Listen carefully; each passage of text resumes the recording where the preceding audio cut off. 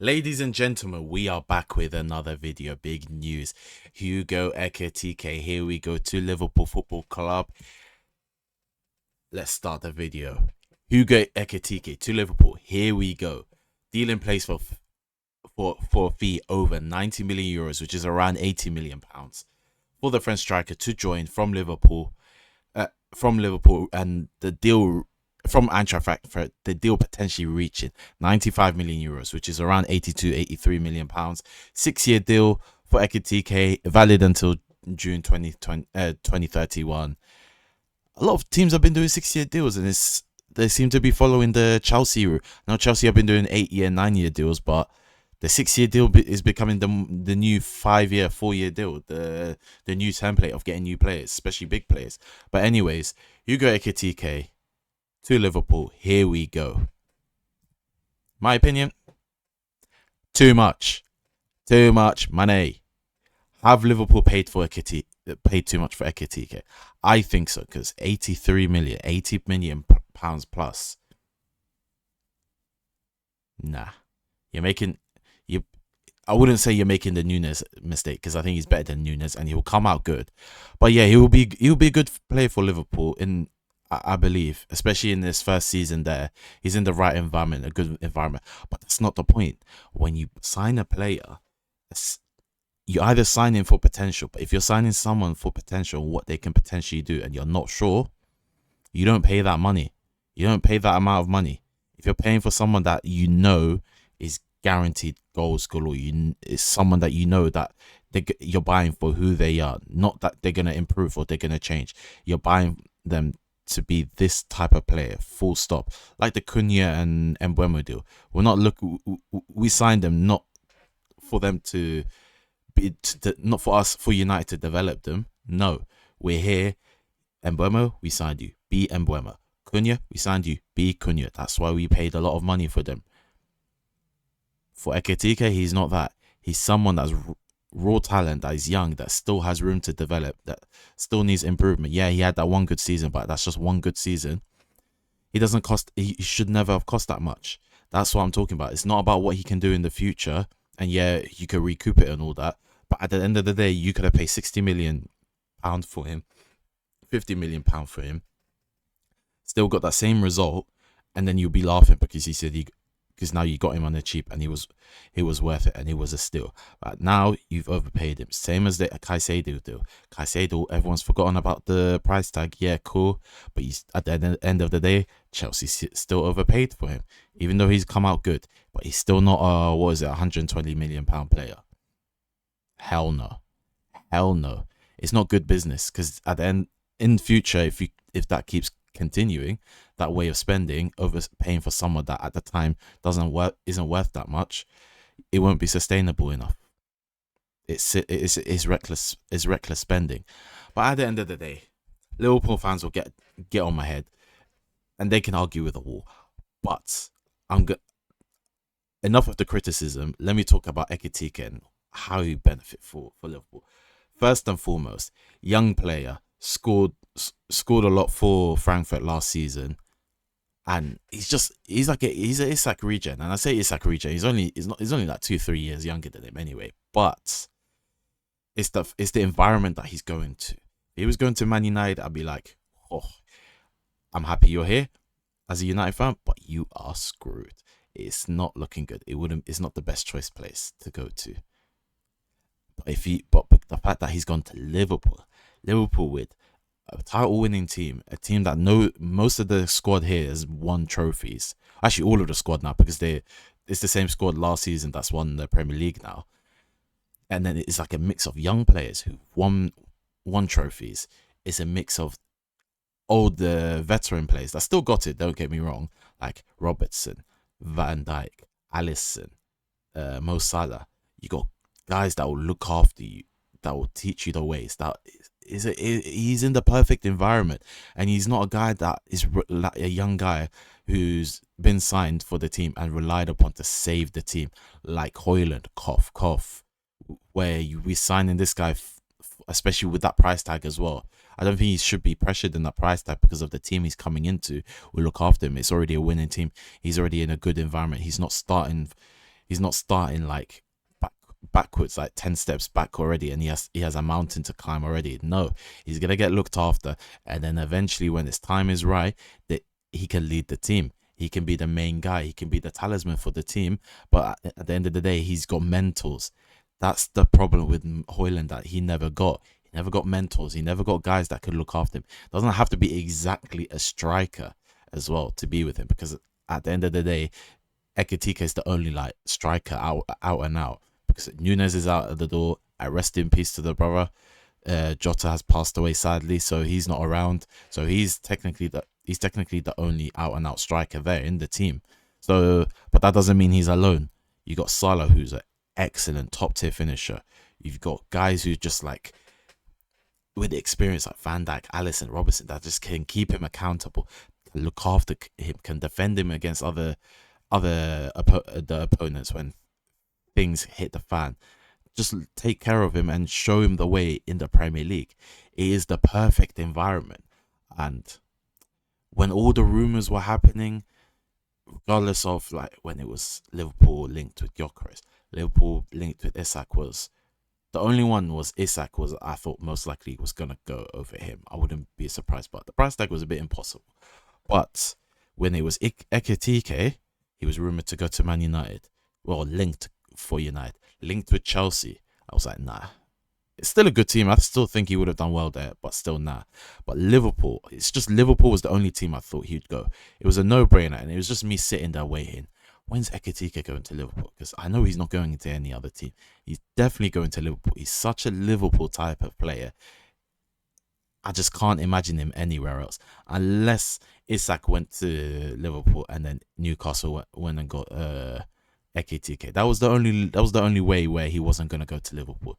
But at the end of the day, he's such a Liverpool player, and it's just, let's discuss his playing style and how he is. Tall, lanky, and he looks like Victor Wembanyama's Victor Wembanyama's twin, basically. If you're an NBA fan, you know. If you know, you know. But the guy is, the fact that he's tall, but he's quick at the same time, and he's so skillful on the ball, it doesn't make sense. You think his legs will fold the way he dribbles that quickly and that intricately for a guy with lanky, skinny legs. But as well as him just being tall and fast, this guy's got good link up play. He's like similar to like Harry Kane, where he doesn't always stay up front. He can come into the middle, into midfield, and link up with the midfielders, link up with the attacking midfielder, which is probably going to be Alexis McAllister, which means he frees up space for Salah to run into the middle. Is suitable even for Luis Diaz to run into the middle, and then he can set them up, dink it over, through ball, bang. So he's not only a goal scorer, he's got a little bit of playmaking ability. He can assist as well. So he's a bit of a don't be surprised next season if he's a bit of a GA machine next season, with the goals and the assist at the same time. And with Arne Slot's system, it suits it very well, because he likes the technical players, and he's a technical player that's also physical. That is a goal scorer, as well as getting Florian Wirtz as well, which is, oh my god. I'm just so, like, last season it was just Salah who was the GA machine only. Everyone else had to contribute, but it was mostly the Salah show last season in terms of goals and assists. He almost beat the assist record, but if it wasn't for Nunes missing all those chances. But imagine we saw lots Salah being the GA machine last season, scoring that many goals and assisting that many goals as well. And then you got Florian Wirtz, who's an assist machine and is a solid finisher as well. He can contribute. He can get like 7-8 goals in that season as well. And then you got Hugo Ekitike, who is a natural goal scorer but has assists in him. Whoa. They'll be taking over the stats sheets all of next season. They'll win the league, because they're definitely winning the league. There's no questions about it. It's just dangerous. So Arne Slot's just finding GA machines. He's loving it. He is loving it. But it's also the fact. It's also other attributes from Ekitike. He can run. He's pacey and he's good at dribbling. So he runs down the wing, like on the right wing, left wing. But he's not like Gyökeres, where he's just so in love with the left flank. He can mix it up. He can go in the middle and be off the ball and make that run. He could also just carry the ball. Someone that Liverpool need is a ball carrier. They've got which I mean they've got plenty of now, but last season they didn't have that many. It was just I think they relied upon Gravenberch too much on it and Luis Diaz at times, but he wasn't consistent enough. But now they've got a ball carrier in Ekitike who's skillful. They've got their fullbacks in Kerkez and Frimpong who are no-brainers in terms of carrying the ball. They're just pace merchants that are good at taking the ball down the flanks. It's not fair. Liverpool is just scary. The attack line is scary. Like, how do you stop them?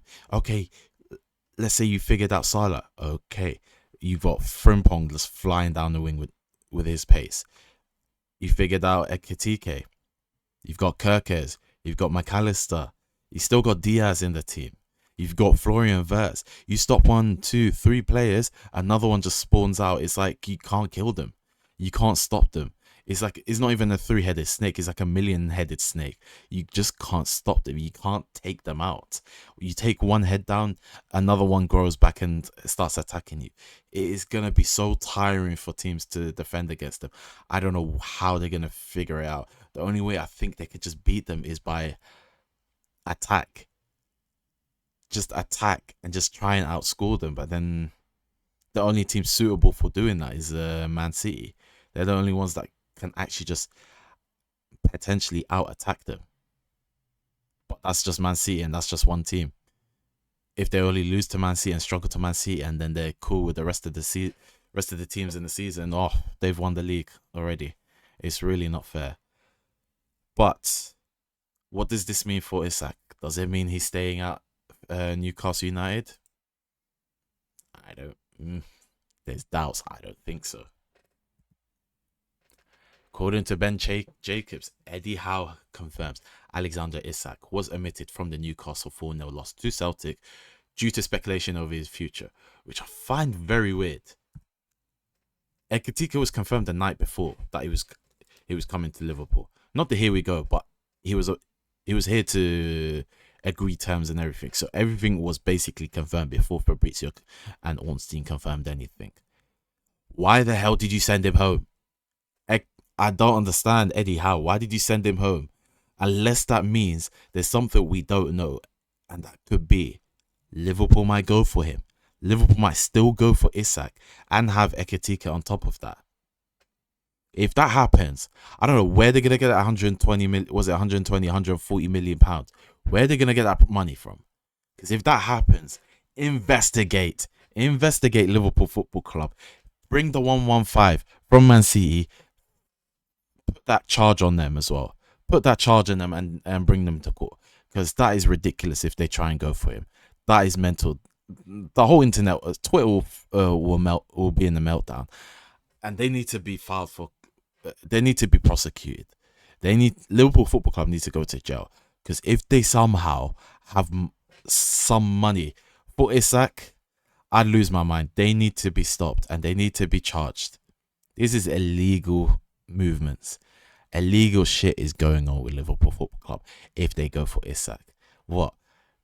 Paid 125 million for Wirtz, then pay 80 million pound for Ekitike, and then they're gonna pay 140 pound for Alexander Isak, and then on top of the Kerkez and Frimpong signings. Bro, come off it, man. That is suspicious behavior. Don't come at me with they didn't spend any money last season. Yeah, they didn't spend any money last season, but that's over the budget for last season and this season combined. So don't even try that excuse. They should be investigated. But let me know what you think. I can't be bothered with Liverpool. I'm just gonna watch it as a neutral and try and enjoy good football from them, but they scare the hell out of me. Anyways, like, subscribe, peace, and I'll see you in the next video.